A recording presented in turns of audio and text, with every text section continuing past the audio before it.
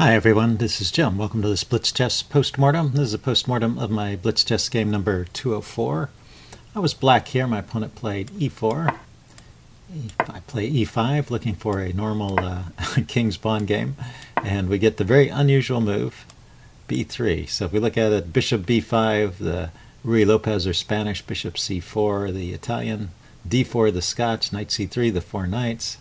C3, that has a name too. All these are openings that are played, but B3 is not. So anyway, yeah, even G3 here. But my opponent played B3, so we're out of the opening book at this point. And it's an advantage to black already with that move B3. And looks like knight f6 is the way to take advantage of it. He hasn't bothered to defend his pawn, so he might as well attack it. And now he plays bishop b2, which is a counterattack. He's attacking my pawn, and I'm attacking his pawn. And it says I could even go ahead and take it. I thought about this. Let's take a look at this. If I take it, he takes. Now I would probably take his knight. And then he would play queen e2. How come he doesn't play bishop takes? Bishop takes e5 is a mistake because of queen e7. And if the knight retreats, then I have a discovered attack on his king with my knight, which is devastating. So he's got to defend the bishop with d4, and then I can attack the bishop with d6. So, okay, so I should have just taken that pawn. So he can defend better. Let's see. After taking, I take. It says he should be the first one to put the queen on the e file with queen e2. And then I should play f6. That's a funny move. Queen h4. How about simply queen e2, queen e7 rather, queen h4, d5. d5 makes sense. I'm going to lose one of these knights anyway, so it's just a matter of which one I'm going to lose, I guess. So d5, bishop takes e5, and then queen to e7 to unpin my knight. And it's about an even game. So anyway, I didn't play that way. I saw that I could take a pawn and he could take a pawn, and I didn't analyze it past that. I just defended. And it looks like it's still about an even game, so it's not like a great opportunity I missed. Knight c3, bishop e7, so a couple of normal developing moves, castles, and all stays about even through here. Taking, this is okay, bishop e6. This is often an idea to counteract the pressure along this diagonal just by putting a bishop here. You get doubled pawns if he takes, but it's an extra pawn in the center which can sometimes be an asset for controlling the neighboring files and allowing you to push ahead in the center. So it's not all one-sided. It has pluses and minuses, but it looks like the best move here would have been bishop to g4, pinning the knight, and that's definitely something to think about. Okay, but I played bishop e6, he took, and we got this doubled pawn formation in the center, and he played knight g5, attacking it. Now the weakness here is this pawn, which is the backward pawn of the two doubled pawns, and it's not supported by any neighboring pawn, so it's sort of a permanent weakness. But you can defend it adequately in this case with queen d7, and it looks like black still has a slight edge in this game. So he plays f4, and I take it. And then he played rook takes f4. And now, do I have anything clever here? It says h6. Yeah, probably kicking the knight away is a smart move. d5. I played e5, kicking his rook. And he could retreat his rook back to f1. There's no harm in doing that. Or he could play the move he played, which is rook to f5. So this move is a bit risky. It says now, let's look at the best play, because my next move is a mistake. So let's look at how I should play this. It says I really have a significant advantage after my opponent's somewhat peculiar play here. The early development of the rook is often problematic. So you hit the knight. The knight should retreat to h3 or f3. That's the f3. More logical retreat in my eye. And then king h7. Getting out of any checks here. Queen f1. So it's interesting. It's not showing any immediate tactical win. It just likes this position better for black. Maybe my pieces are just better placed. This bishop, I guess, over here is kind of a problem piece. It's not really hitting on anything because it's blocked by these pawns. And as long as I can keep a clamp on the move d4 here, I should be in good shape. Okay, So, but I spotted a tactic here, and I actually miscalculated it. So this is, if you didn't see the game, this is maybe a good chance to test your skills at calculating. Can you see what is wrong with the move knight takes e4? This is the move I'm thinking about, knight takes e4. And what I'm thinking is I'm removing the defender of this rook. So after I take that pawn, his rook is hanging, and my bishop is attacking his knight. So if the rook moves away, I can take the knight, and if the knight moves and grabs the pawn, then I can take the rook. So it seems like I'm just winning a piece either way. So what is the flaw in this chess logic? Okay, if you want to think about that, pause the video. I'm going to give the answer away now. The flaw in this chess logic is that there's an intermediate move for white, which is he can move this rook away with check. Rook takes here, check. I take back, and then he can grab my knight. And now, I'll cancel that. He didn't take that way. He took this way. And now he's just a whole piece up, although he took the wrong way. Taking the other way was much stronger. So let's back up to the starting point and see if we can improve our ability to calculate here. Use this as an example. How to improve your ability to calculate. It's the logic was good as far as it went. I'm removing a defender, which is often a good tactic. And I have two pieces that are under attack, and if either one moves, the other one hangs. The only thing I have to check is after my move, I have to make sure that he doesn't have any moves with tempo. Basically, that's the only thing that can save him here. Or if he had a way of defending the rook, where the rook still defended the knight, that would also save him, but it would mean he was down a pawn. So really the only sort of normal way of defending against this tactic would be if you could take the knight and defend the rook at the same time, and there's not a way to do that. That's why I was sort of confident this tactic was working.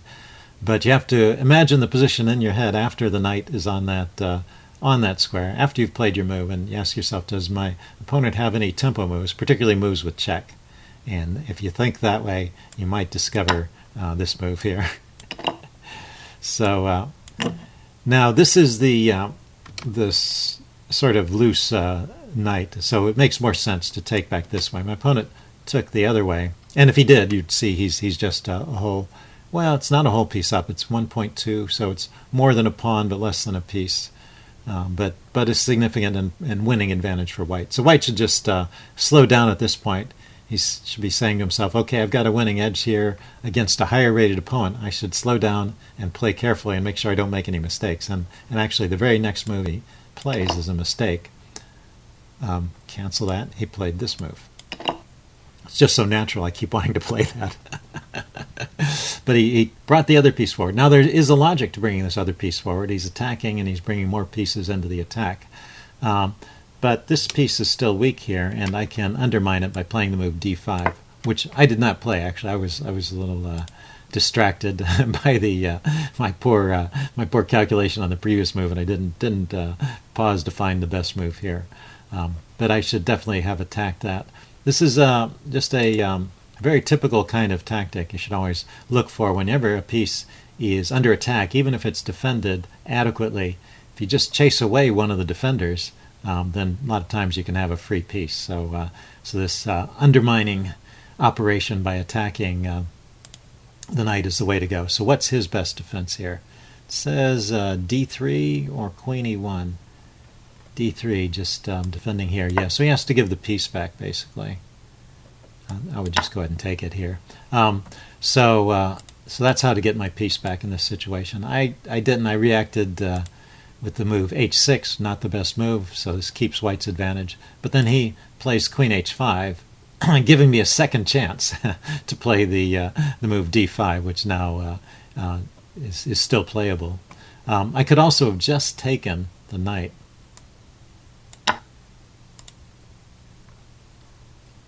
If he takes, this is not dangerous. It opens up a file here, but I'm a piece up, and he has no way. He has no light squared bishop to get to this square. His dark squared bishop is blocked out, and I have adequate defense. So I could have just taken that knight.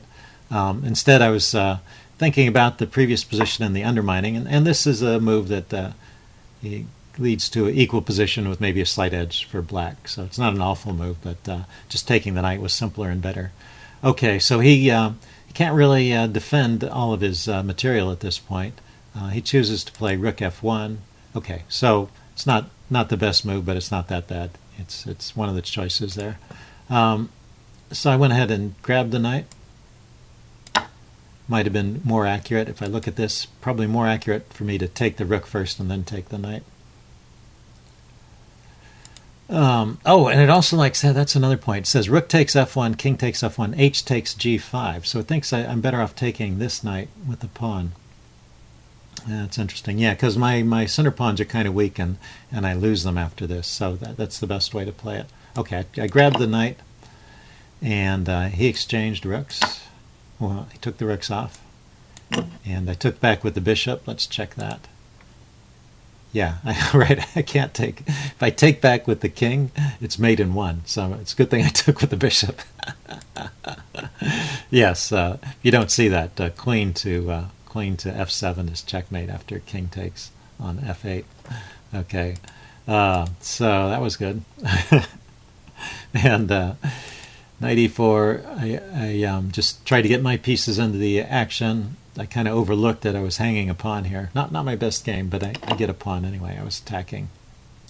And so the material is even. My pawns are maybe slightly better, but you'll see the engine thinks this is completely even. So once again, my opponent has a good game against a higher rated opponent. He just needs to slow down a little bit and play normal, sane moves. But this move, knight f6, just doesn't work at all. He's trying to open up the diagonal for his bishop and his queen, but I have a queen and a bishop too, and the square is adequately defended. So after he takes, let's see, are there other moves? Yeah, there are even other moves. I could play like bishop c5 check or queen c6, but this move is best because it not only does it kick the queen, but it attacks the bishop behind it. So queen to g6 was the best try here. The idea with queen g6 is it pins the bishop, so I can't take his piece right away. Now he's one piece down, but not two pieces down. After the move he played queen f4, then I can just grab the bishop. And he went here check, which I thought was pretty good. Attacking my knight and attacking my king. And it says, it's interesting, there's a big difference between queen f7 and these other moves. I thought queen f7. Here's the problem. If he takes, then this check leads to mate. So queen f7 was a really strong move there. So what's his best try after queen f7? Either to take on f7 or go queen g4 and give another check. And I keep both of my pieces, so I stay two pieces up. Okay, after the check I went to king h8. He took one of my pieces and I moved my other piece, also delivering a check. I had this idea to set up a back rank mate. He goes to h1. And I move my queen to f7, threatening checkmate here. He defends against that. I play c5, defending my bishop and trying to come up with a plan, trying to figure out a plan. At some point I'm going to use my extra piece to win one of these pawns and just push through. Win a couple of pawns probably and push them through. But he makes my job easier by opening up a second diagonal onto his king. So another thing to keep in mind, whenever there are bishops and queens, bishops and or queens still on the board, you don't want to open up diagonals onto your king. And there's a good example of why not, because this is a mate in one. The only thing you can do is interpose, and then that's checkmate. So the famous diagonal mate strikes once again. So hope you guys enjoyed that. Leave any comments you have in the section below, and I will see you again soon. Bye.